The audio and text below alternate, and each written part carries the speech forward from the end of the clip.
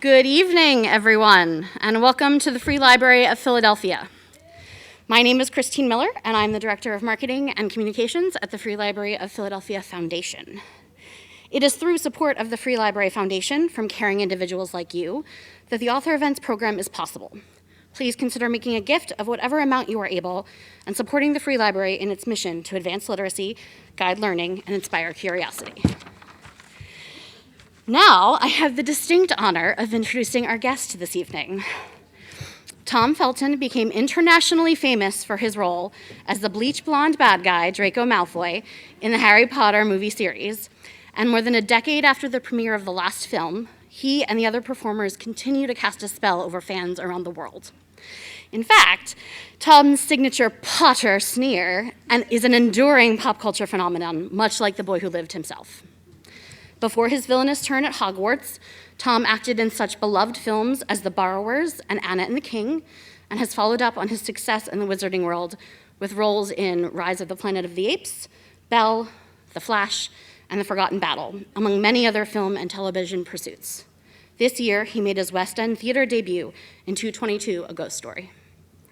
In Beyond the Wand, Tom reflects on the highs and lows of navigating fame at a young age, living as a normal teenager through it all, and the lasting friendships he enjoys with his Harry Potter co-stars. Tonight, Tom is joined in conversation with singer-songwriter, author, and teacher Wesley Stace. Please join me in welcoming Tom and Wesley to the Free Library.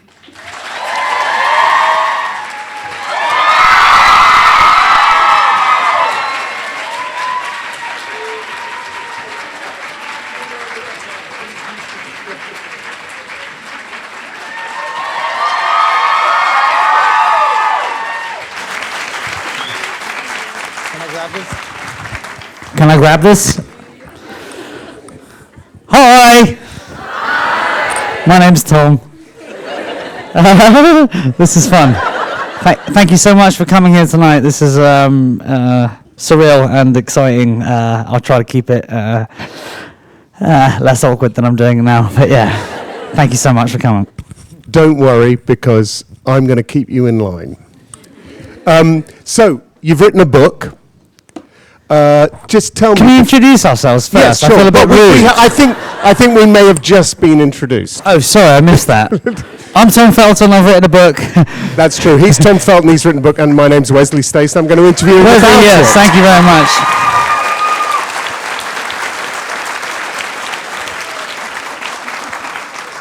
much. So, you've written a book, Beyond the Wand, which is a terrific title. Before we get into anything that's in the book, can you tell us why, you wanted to write a book, what the process was of writing a book, and when you had the idea, how long it took, all those kind of things? I never wanted to write a book. No. I've got no intention of anyone reading it, really, so I'm quite grateful that you're here. No, these are genuinely my scribbles of paper that I wrote down over the last 10 years, or 20 years, in fact. I've always been a writer. I like pen to pad. It's quite cathartic and a relaxing way to finish my day, whether it's poetry or stories. And in fact, it was the whole notion of writing down Potter stories was about being at Comic Cons throughout the world. It's the comic conventions that have celebrated Potter and everything pop culture over the world. I've been lucky enough to witness a lot of that, and a lot of the stories, or questions rather, would allow me to sort of give a 2 or 3 minute anecdotal answer, and then I went back to my hotel room or whatever and just kept scribbling. So this is the result of 20 years of scribbling whilst making the Potter films. I think that's the best way to sum it up.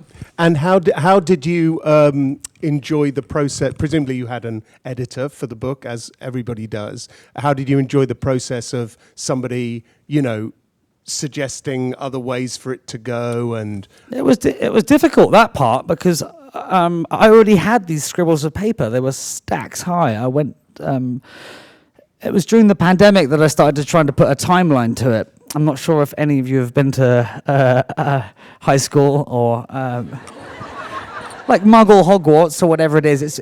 As the years blend, it's very hard to be able to differentiate between what year one or year two or year three, and it's the same with the Potter films. It's quite difficult for us, it can be, to differentiate where those memories lie. So these things were already written down. It was with the help of the editors and people that they encouraged me to put it to a timeline, and also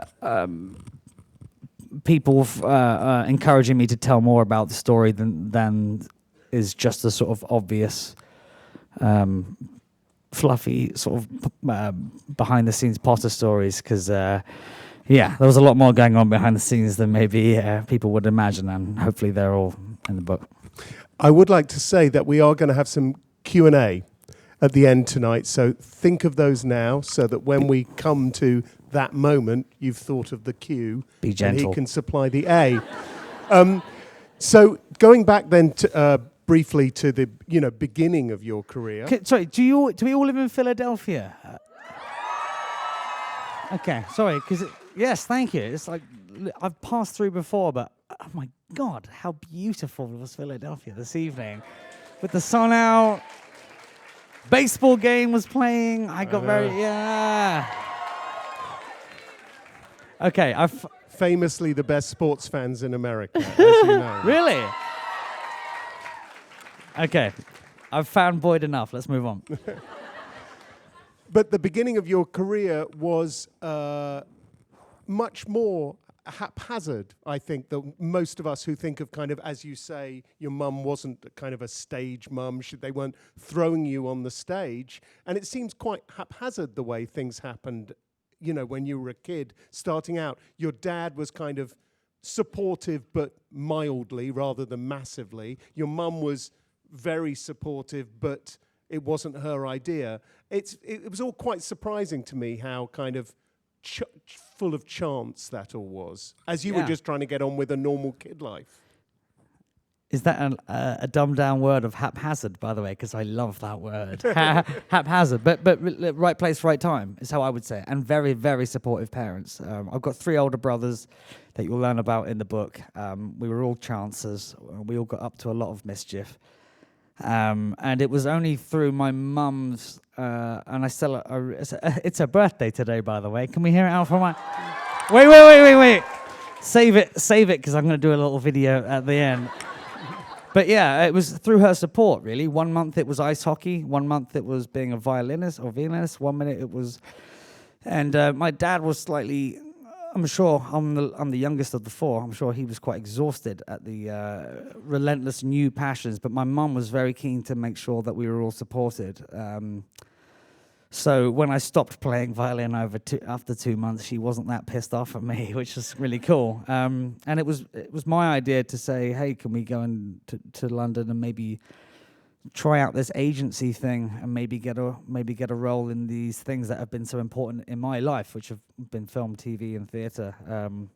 And that was the happy accident that led to two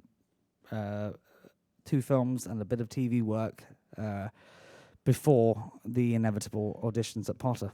And even before that, there was some suddenly one of your first gigs where you were flying to America and doing was it a credit card commercial or something? Yeah. And being mistaken for Macaulay Culkin on the street. Can you imagine it? 7 years old. Yeah, it was bizarre.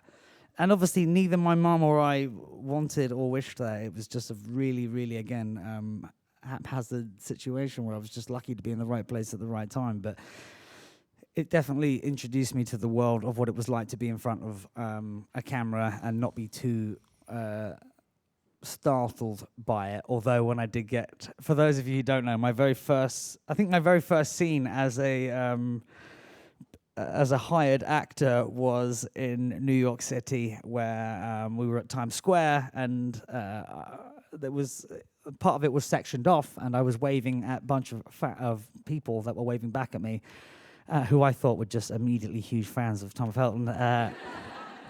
It turns out they thought I was Macaulay Culkin, or at least his brother. So yeah, it was a bizarre first taste of it, and it's quite beautifully ironic that I'm back here all these years later. Which is also quite ironic, as you say in the book, given that Macaulay Culkin was somewhat created by Christopher Columbus, the director who was in charge of you as a very young boy Yeah. on those first Potter movies. Yeah, absolutely. Christopher Columbus. And a great influence on you, I think. Absolutely, yeah.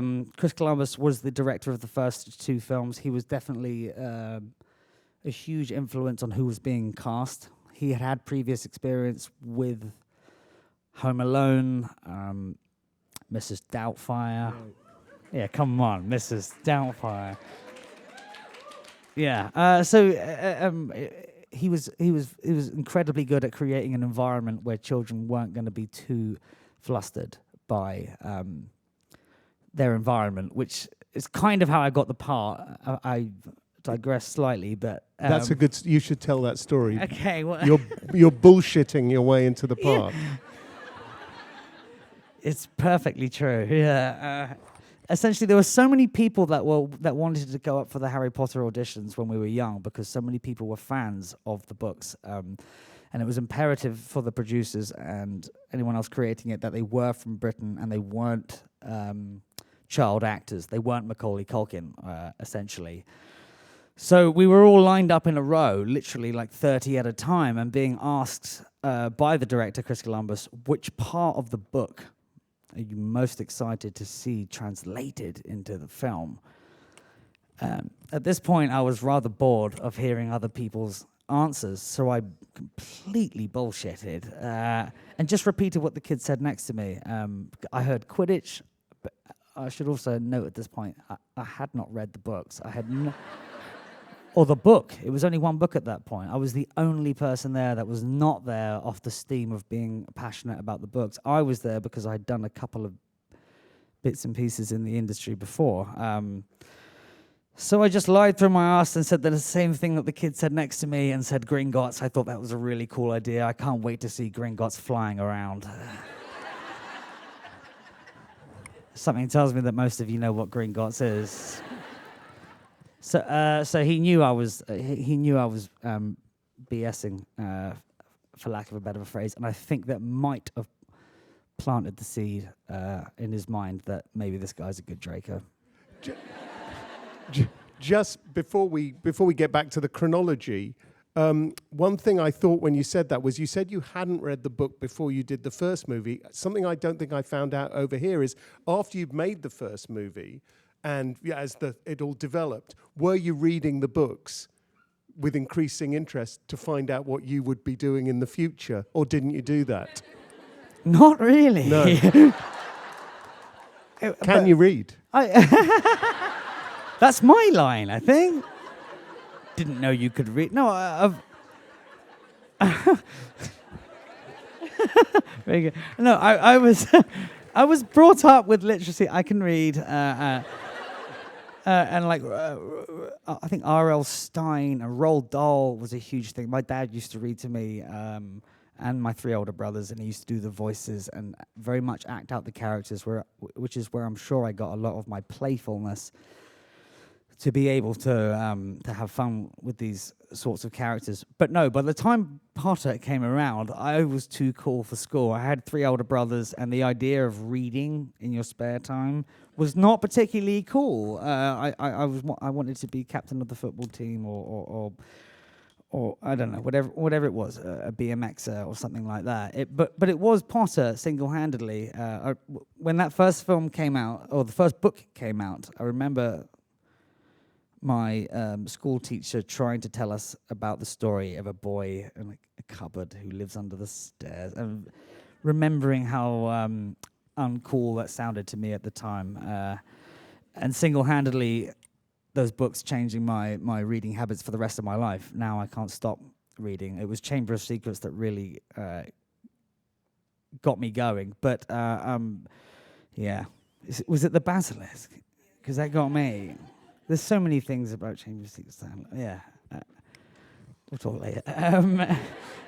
But it just sort of got me back into pages and actual like turning the pages over. And again, I digress further, but it's an amazing thing that these pages are still being turned and celebrated as much as they are now. That I like the idea that there was something in your kind of you say in the book, the kind of arrogance of your reply to him, like not, really engaging. And he saw something in that. There was a quote that I really liked that refers to a really early audition when a little girl or a young stage actress she'd already decided what she was going to do at the moment. And you can say what that is, but the quote that I really liked was, acting is never about learning lines or whether you can cry on demand. It's about what's next, not what's now. Just react to what's around you. And it strikes me that the book is it's kind of a lengthy question, but it strikes me the book's a very good example of how you've applied the lessons learnt in acting to real life, and also vice versa, if you know what I mean. I do. I've been lucky enough to have both sides of it, to be honest with you, because I was so young when all this started that it wasn't necessarily naivety, but I was certainly not aware of all the things that I've had to come to realize as an adult actor now going into audition rooms. Back then it was very much just having fun and larking about, and now it very much is the same because I've had the positive experiences of the previous one. That particular audition, the one that you're referring to, is because the girl that I was with, the audition was to open the door and see Mr. Bean. For those of you who don't know, that's Rowan Atkinson, who was like my childhood hero. So it was not a case of learning lines or knowing wizardry. It was just open the door and mimic the idea of what it would be like to have Rowan Atkinson turn up at your door. And the girl next to me asked if she could faint. And the producers, there was only 3 of them, I think, just immediately looked at each other and was like, we'd rather you didn't. But she did. She opened the door and shouted the words, "Mother Goose." And she hit the deck. And I didn't do any acting at all. I never even opened my door. I just reacted to her going, what the fuck is she doing? And I think that was what the producers saw, that I wasn't intimidated by people reacting around me to get that part. I also thought I should mention, because there's a story I thought you were going into about after being lined up and being proven that I know absolutely nothing about Potter with my Gringotts idea, they did a thing where the 30 kids were left on our own, where the cameras were being turned off and we were allowed to just integrate. Clearly, for me, skilled, highly professional actor, this was a ruse, this was a move. And there was a very young, bushy-haired girl who asked very stupidly, "What's that?" Or "What's this huge boom microphone?" Which is essentially this, but like 3 times the size. It's a microphone, you idiot. What do you think it is?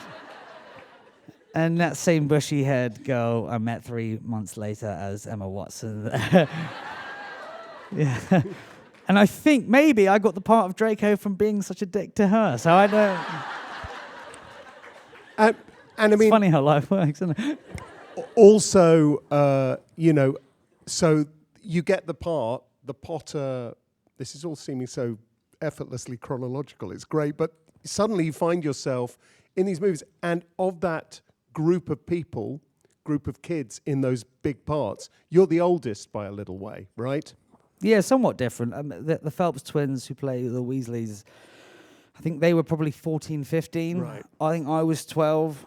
I think, 12, 13, more or less. Also 12, 13 with 3 older brothers going on like 25. Yeah.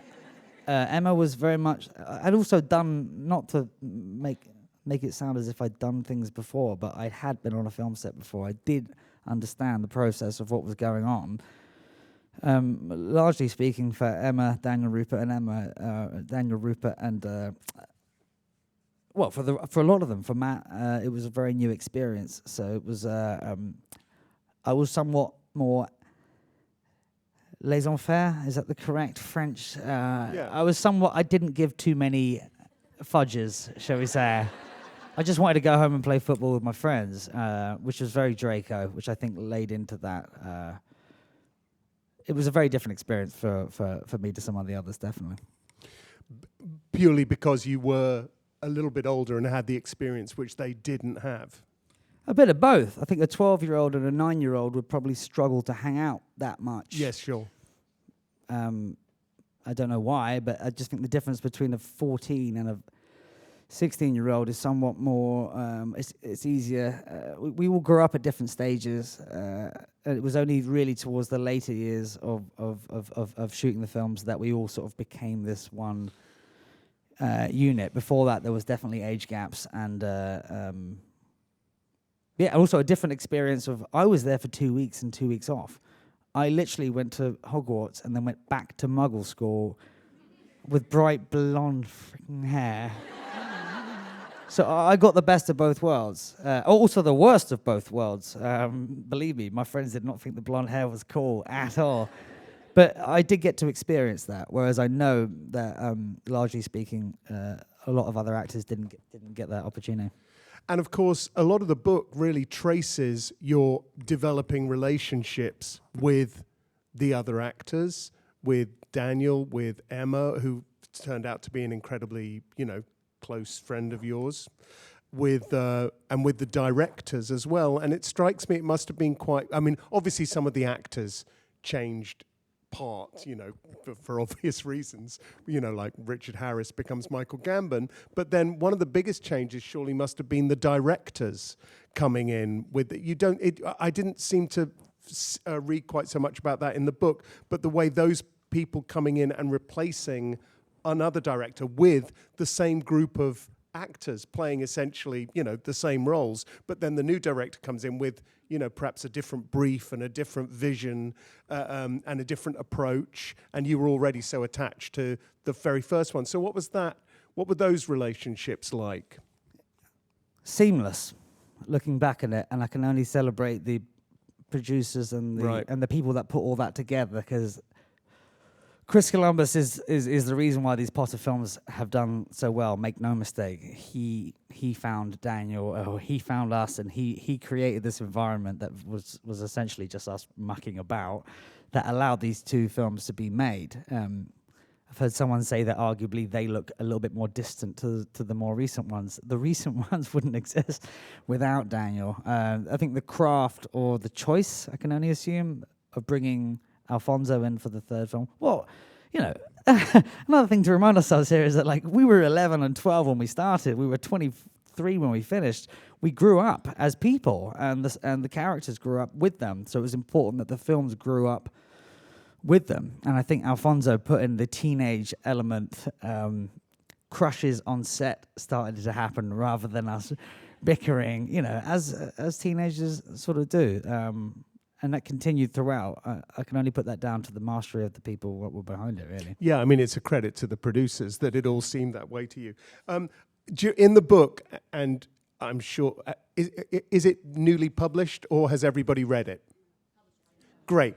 So you're going to love a lot of the anecdotes about the great, great actors that you work with. There's fantastic stories about Michael Gambon and Maggie Smith, and Offset in another movie, poleaxing Jodie Foster with a kick to the face, I think. Yes. We don't have to go into it. They can read it in the book. But it's true, right? You can confirm that. It's true. And not that anyone's a Silence of the Lambs fan, which I am now. But yes, I kicked Jodie Foster in the face pre-Potter, and I had the worst audition of my life with Sir Anthony Hopkins, which you will read in the same chapter.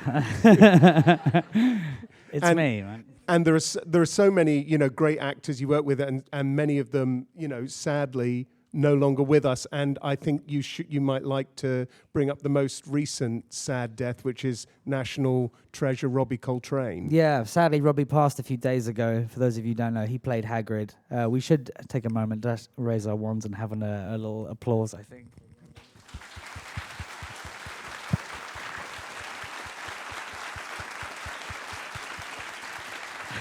I know he'll be smiling down at all of this. Robbie was the greatest, probably it's hard to pick, but one of the greatest early influences on the Potter films.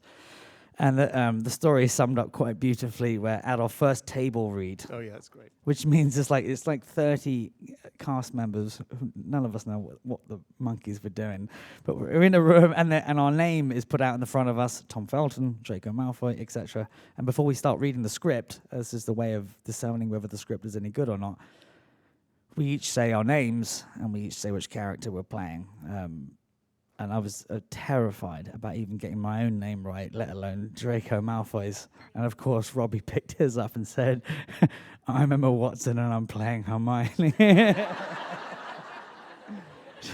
To which Emma Watson picked hers up and said, "I'm Robbie Coltrane playing Hagrid."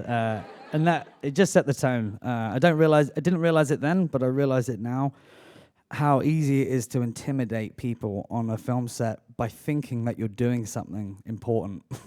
Right. Because you're not.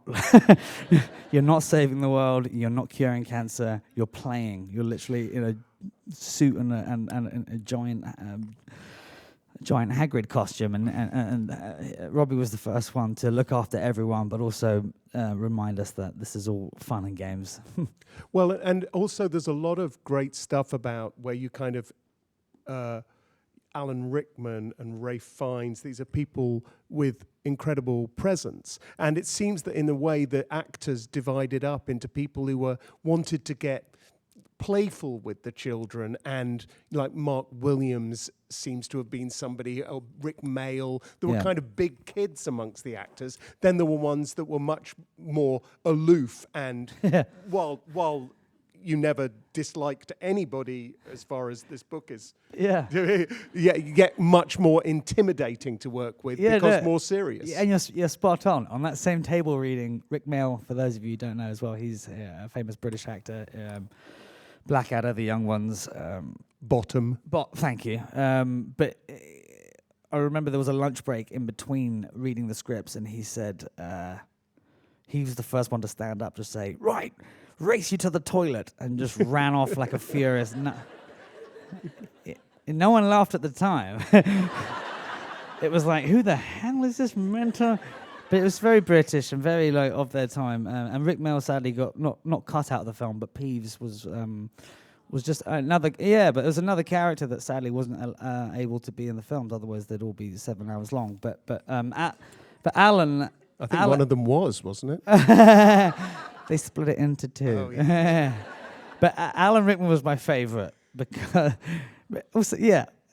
That's a great story as well. That Alan's the best. I should precursor this as well to say we all had a limit of people that we were allowed to bring into set, and this is prior it being quite what it is now. It was just legally you weren't allowed to bring more than four guests. Alan brought 8 people every single day, and claimed that they were his cousins or his brothers, sisters, dog walkers, and they weren't. They were just kids from children's hospitals that were local, that had their families there.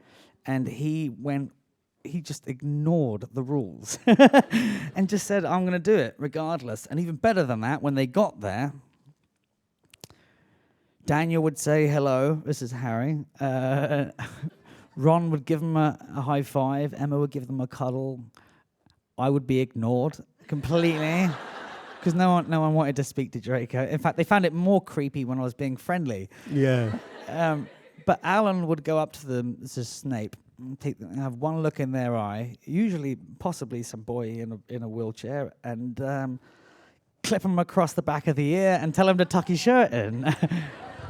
As Snape, obviously. And that was kind of, it was wonderful. It was a wonderful moment of realizing that he had a wicked sense of humor and a huge heart, Alan, but he also knew when to be Alan and when to be Snape. So I learned a lot from him. Yeah, because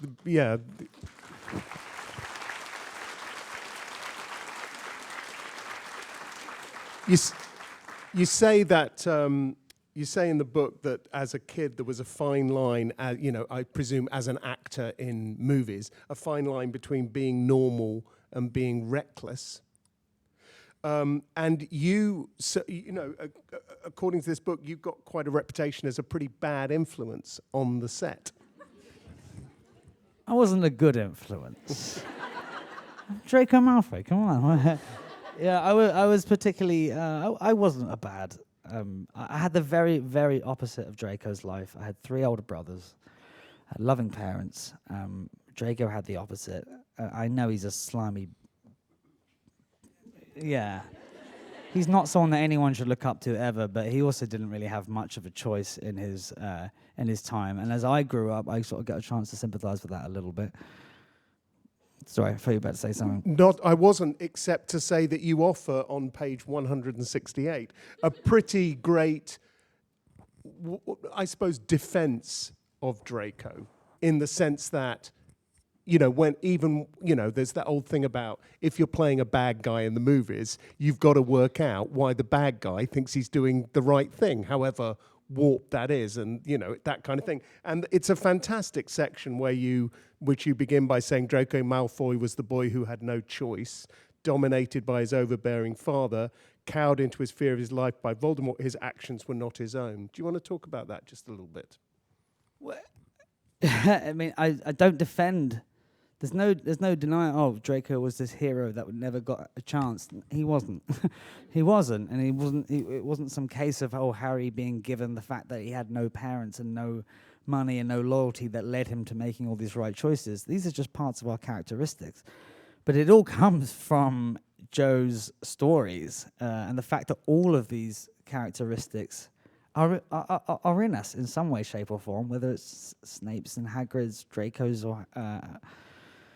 or Harry's, they're all within us, and they all shouldn't be quite so easily discernible as hero or villain. Don't get me wrong. Voldemort's a villain. He's a shitty hugger, I'll tell you that, Matt.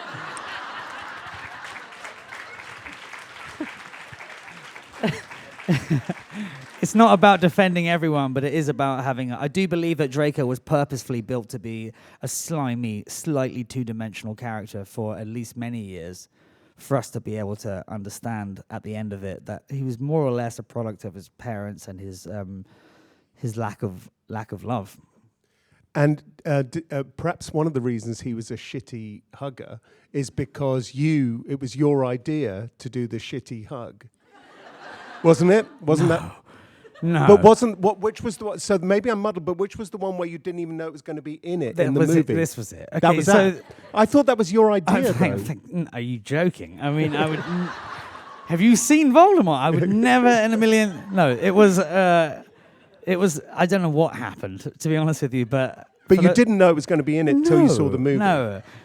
For those of you who don't know, the end of the Hogwarts films is with like the with the Hogwarts students on one side and the Death Eaters on the other. And Draco, my character, gets asked to walk across back to his parents, and he does so in a last call of his mother's words. And I've got a lot of love for Helen McCrory as well, who's no longer here with us tonight. But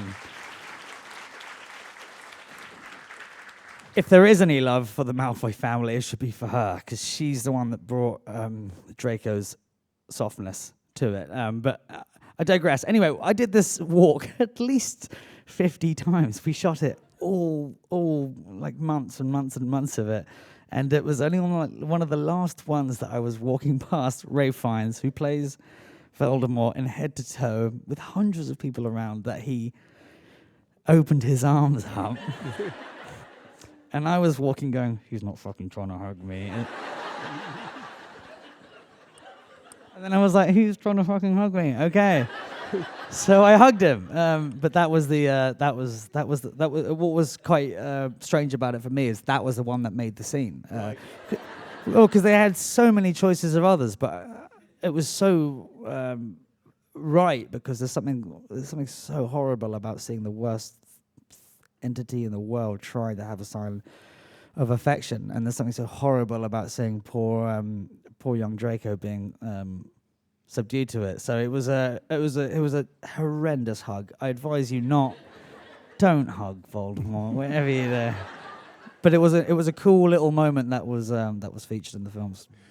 There are a lot of poignant, things in the book, many of which approach the difficulty of growing up doing that. That being how, the major way you face the world. And towards the end of the book, it goes into your own, problems, and rehab and stuff you've gone through, and it makes for a couple of the bits, that scene where we don't need to talk about it now, but that scene where you're running away on the Pacific Coast Highway, that's harrowing stuff. No, I'd like to talk about it now. Okay. Because I think even the word rehab has such a connotation that should be completely eradicated. Rehabilitation is...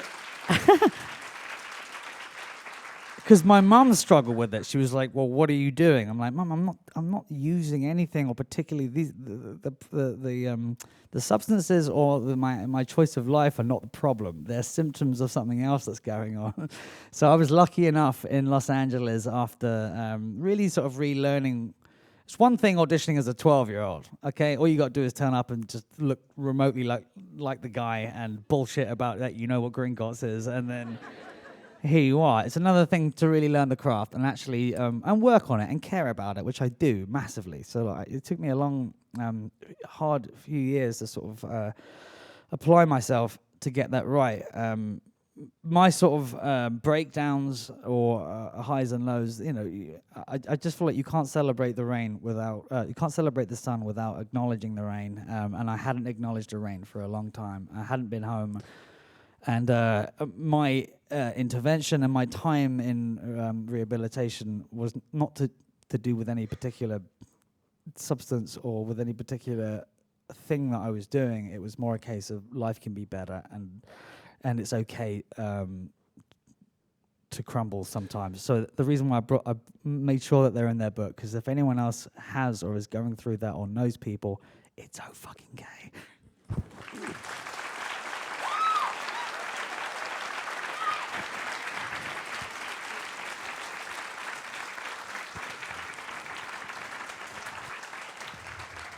And apart from the, learning the craft again as a beginner almost in a way, you've got this bit here, which I found moving. Throughout my childhood on the Potter set, I'd had structure imposed upon me without knowing it. I was told when to turn up, etc. There is something calming about that kind of certainty. And when it's part of your life for such a long time, its absence can disorientate you. Yeah. Now, you know what I mean? Now it was back. We woke at sun, and then, so you were in rehab, lovely. You were able to find a little of that again. Yeah, it's lovely. I found that very moving bit of the book. I just think maybe we underestimate the value of a 9 to 5, and 9 to 5 is said obviously because that's the sort of general hours of it, but this consistency, and I know people get pissed off with having to wake up when it's raining to have to go to work, and I know they look forward to going home to watch the next Potter film afterwards. I didn't have that. I was at the whim of whenever they wanted me there. And also most of the days I was at the Lucen Studios for well over 1,000 days in my time. Most of them not used. As in, you put your wig on and you get ready and you sit in a room with no one else. And you luckily I had my brother and I had friends on it, but it's not exactly how teenagers sort of grow up. And I was lucky to have enough sort of normal Muggle experience to be able to sort of balance it out. But it was a bit jarring when things all finished, which was kind of really nice. I just finished my first play, and in London, right? Yeah, it was in London. Yeah, and actually I saw Mr. Potter a few days ago, and I thanked him for how many people that he's brought to the theatre. A theatre is something that's really dear to my heart and my mum's.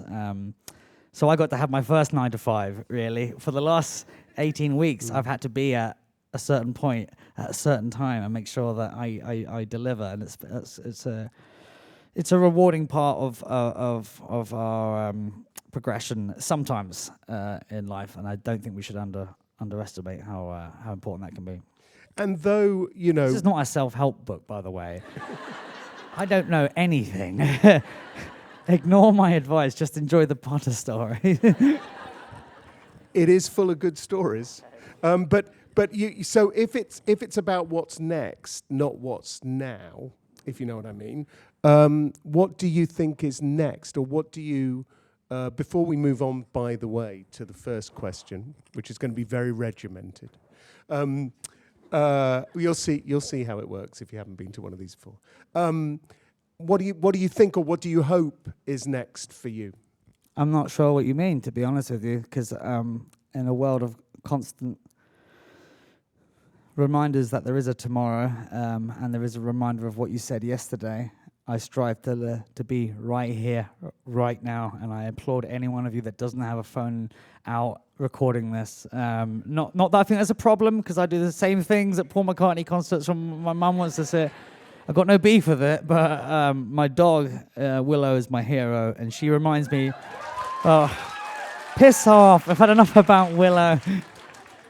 But she's just the reminder of how it should be. I know we've got a lot to protect for the future, and I know we've got a lot to sort of look back on and learn from, but Christ alive, we're here right now, and we're okay, and we're healthy, and we're happy. That's enough, isn't it? So that's what I'm focusing on right now. And interestingly enough, of course, Paul McCartney, not your favourite Beatle. Don't tell him, mate. Well, you say it in the book. I did. Yeah. You know, someone asked me the other day, they were like, oh, so your struggles in rehabilitation clinics. And my first instinct was, how the fuck do you know about that? I've written it in a book. I forgot people were going to read it. No, I'm a huge fan of all the Beatles, but George Harrison has a particular place. My favourite too. My name's A. My quick question is, how did you manage your dating life on set?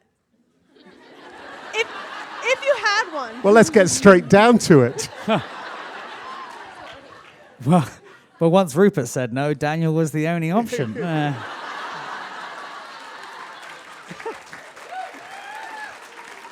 He said no too. There was no dating life as much. You know, we all went home to our own places and had our own friends and so forth. I'm sure there were crushes along the way. I know there were some crushes along the way, but it was also mostly time doing a job, but with hundreds and hundreds of other people around, especially adults. So maybe there was less time for sort of teenage flings to develop as much as they could do. But I'll leave it at that. I mean, you didn't go back to 4 little houses next to each other like the Beatles in Help. That would have been Sadly great. not, no. Hi, Hello, I'm mate. Katie. I was wondering how were you excited or nervous to do the 20-year reunion? We were all nervous.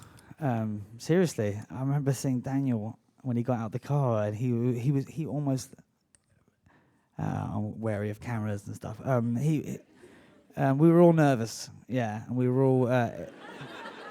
It'd been the first time that we'd all been together for a long time, but it was typically British, as it was when we left. We all gave each other a hug, we all said goodbye, and we saw each other down the line as we went along. When we were reunited, it was all for a great cause. I think all of us would have felt left out if we weren't there. So we saw each other, we hugged, we went to the Great Hall, and then just got back to normal life, really. We were really lucky that we got to go out for dinner afterwards. It wasn't just all about the stuff that you saw on camera. Like, believe it or not, we actually are really close friends and care about each other a lot. So it was nice to be able to have that moment as well. Hi, my name's Amanda. I wanted to ask if you could have the chance. What house are you in, Amanda? Slytherin. Do we have any Slytherins in the house? The rest of you can bugger off. Sorry, Amanda. Interrupt. I wanted to ask if you got the chance to work with anyone in the Harry Potter universe again, who would it be? No one's ever asked me that. It's really difficult.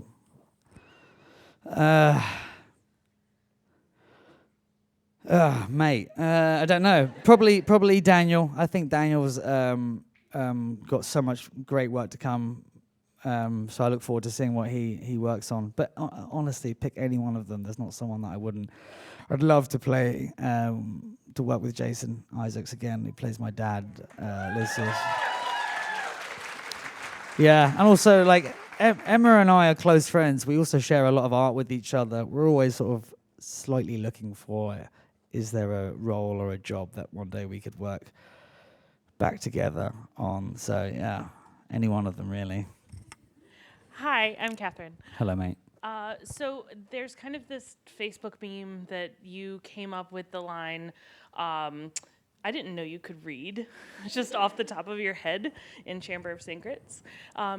Can you tell me if that's true? Because it's always on Facebook. And two, like any other unscripted stuff that you really loved. I believe it to be true.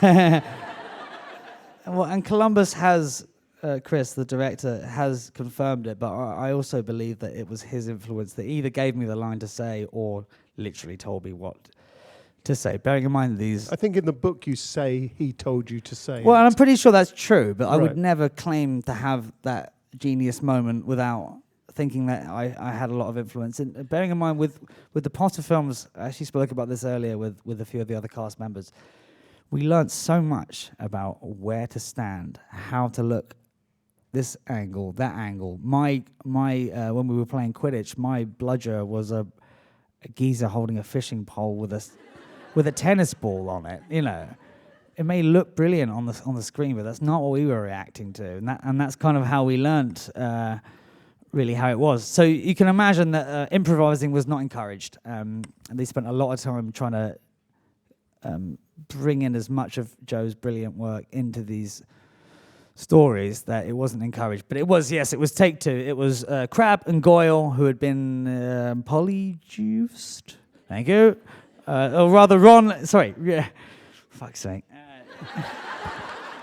I always get in trouble at these things. It was Harry and Ron who had been, thank you, polyjuiced briefly into Gregory, Goyle, and Crabbe. Yes, and it was after the third or fourth take that Chris, I think, or we both had the notion that it might be snarky to comment the fact that I didn't know that Gregory Goyle could read, and it was one of those ones. It was a bit like Voldemort's hug. It was another random thing that only happened a few times, but it was obviously ended up in the final cut. Hi, I'm Hannah. Hello, mate. So I had a question for you. So you were kind of cast in this like villain role in a very crucial like time of your life for self-development and really becoming yourself. So I wanted to know, like, how did becoming like kind of a villain impact you emotionally as a kind of teenager? Sorry, I'm a mental health. I'm a mental health professional in education. Well, first of all, can we get a round of applause for this woman's help? Yeah. Listen, this is not a self-help book. The Potter books are not self-help books, but it's helped more people than I've seen any other piece of literature or film or music than anything, and I'm here to celebrate that. So I hope that Potter is helpful in your work. For me personally, I just felt very lucky that I had three older brothers that they cared not at all when I got her, and they care even less now. They got no idea where I am. I think they've read the book, maybe, but they do that in the most loving way, in the same way as I love them. So I've had a very, very lucky balance of living. I mean, the book opens with me getting arrested. Yeah, my mum didn't know that story. Yeah, she wasn't happy at all. But that was kind of important to me, that this isn't some story about me making the Potter films. This is just my story thus far, and part of it was getting caught stealing a porn DVD when I was 13 years old.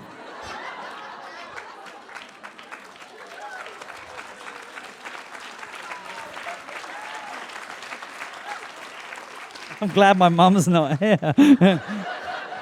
And for that, you got your face up on the Hall of Fame of thievers from that particular... Let's move on. The weather's been beautiful today, hasn't it? Let's go. Hi, I'm Gabrielle. I'm a Hufflepuff. Sorry. Let's move on. Hey! Don't worry, half my family are Hufflepuffs too. It's okay. Didn't you take the test and didn't you find out you actually Yes, were? move on. Okay, Come on. I'm sorry. So I was just curious when your friends, other actors and whatever, found out you were writing a book. Did you get a lot of texts, calls, emails saying you're not going to say that story, are you? That's a good question. No. Come on. The fun part was that I never. Again, I hope it reads this way. Is that I never tried to write a book. These are literally not my diaries, but my scraps of paper that have been embellished through a bit of hard work over the last couple of years. What I did have to do, which was quite fun and disconcerting at times, was cross-referencing stories. So like Gregory Goyle, Josh, who's like one of my best friends on the set, his notion of things was somewhat different to mine. So when I sent him the story to say, are you okay with this being published? He was like, hey, that's not at all how it happened. And we sort of met somewhere in the middle and agreed with it. But it's amazing how over the years that, not that the memory gets distorted, but it can blur certain facts of it. So I believe I've been given the thumbs up from all of them that none of this is untrue. But I also know that it's just a memoir, really, of me growing up as a teen. It just so happened that half of it was at Hogwarts. Oh. Awesome. Thank you so much. Cheers, mate. Hi, I'm Amelia. Hello, lovely. Hi. Oh, Sorry. Oh my God. I'm a lot friendlier than Draco, I promise. Myself together. I just want to know, what was it like going from screen acting and all that to a play where there's, oh my God, I can't speak. I'm so sorry. You're okay. Take your time. Just breathe. We're all right. Where there's like a play where there's no like do-overs and stuff and everything's live. Yeah, it was quite a difficult shift, to be honest with you, because people consider acting to be the same thing, TV or film or theatre. One thing to recognise is that with film is that when you do Dumbledore's death scene or even times where the lines scared Potter or wherever they are, they're said probably once or twice or thrice if I didn't remember it the first time round. They're there for a second and then they're gone. And then 2 years later, if it made the final cut, you'd see it. And then 2 years after that, someone might at a Comic-Con in Australia would say, hey, say the line. And I'm like, what line are you even talking about? And I highlight this because the film, the product of the films, at least, is the work of so many other people. I'm merely a chess piece that was allowed to sort of do my thing and then bugger off, really. Whereas on stage, as I'm learning in this very second, you don't have a second take. Whatever you bugger up now affects how everyone moves. So it was a really new skill for me to learn, but also one that essentially you're doing an hour and a half long scene for 150 nights in a row versus saying these few scenes that you learn temporarily and then move on to the next one. So it took me a long time to sort of get to grips with that, but I really enjoyed it, and I sincerely hope to come over this side of the pond and do theatre. And I'll rely on all of you to turn up. Okay. My name's Will. What's up, Will? I'm Tom. It's cute. It's really cute that everybody's introducing themselves at this one as well. As they should do. Yeah, sure. I feel, It's it's most awkward is that people come up to me all the time and treat me like, well, they react as if I've known them forever, which is lovely, but I always say, I'm Tom, and they go, I know. I'm like, just tell me your name, please. So what up, Will? Good to speak to you, my friend. What's your question? How did you feel when you made the last Harry Potter movie?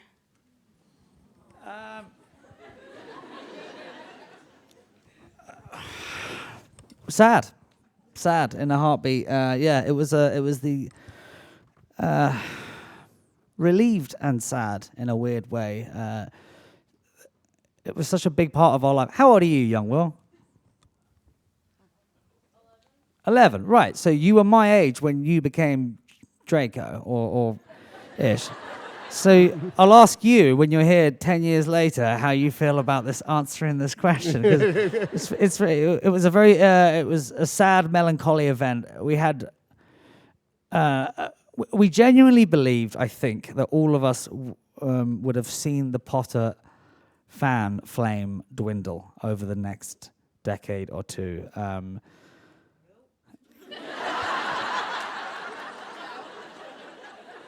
It's mental. I mean, and it's not even nope. It's like no shit. And I'm so proud of that. And it sounds cheesy, I know, but like the whole thing about sharing this is for the Muggles that got us here, and you're all one of them. So the fact that this is all still going and still increasing. Most fans here probably weren't even born when the first book was being written. So it's a reminder of how these. Let's not go into names and ages. You get my point, okay?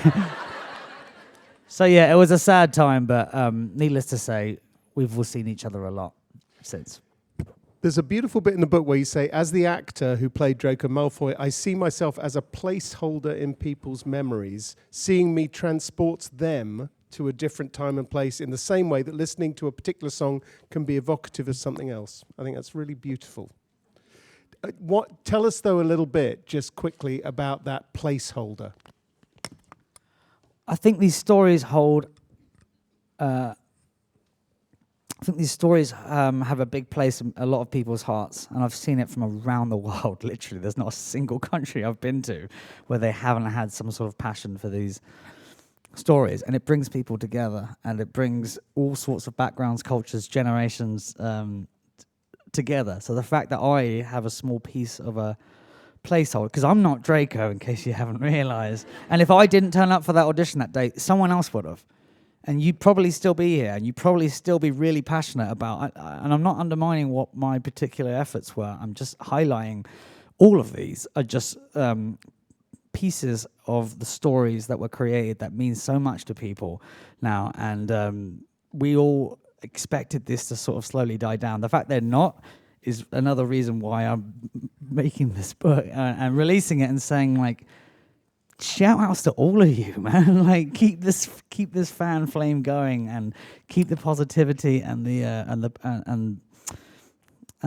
whatever unites us right now is a good thing, and nothing has done more so than Potter. And if I can be a small part of that, then fuck it.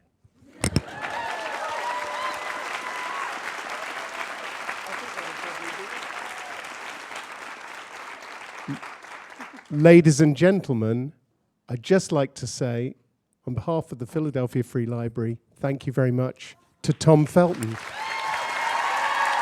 Thank you so much for being here. Before I go, I don't want to forget the shout out to my mum. Would you mind doing one? This is a Slytherin phone case before you ask. Okay. Me too. My mum doesn't do social media, but if you can just say hi to my mum right now, that'd be great.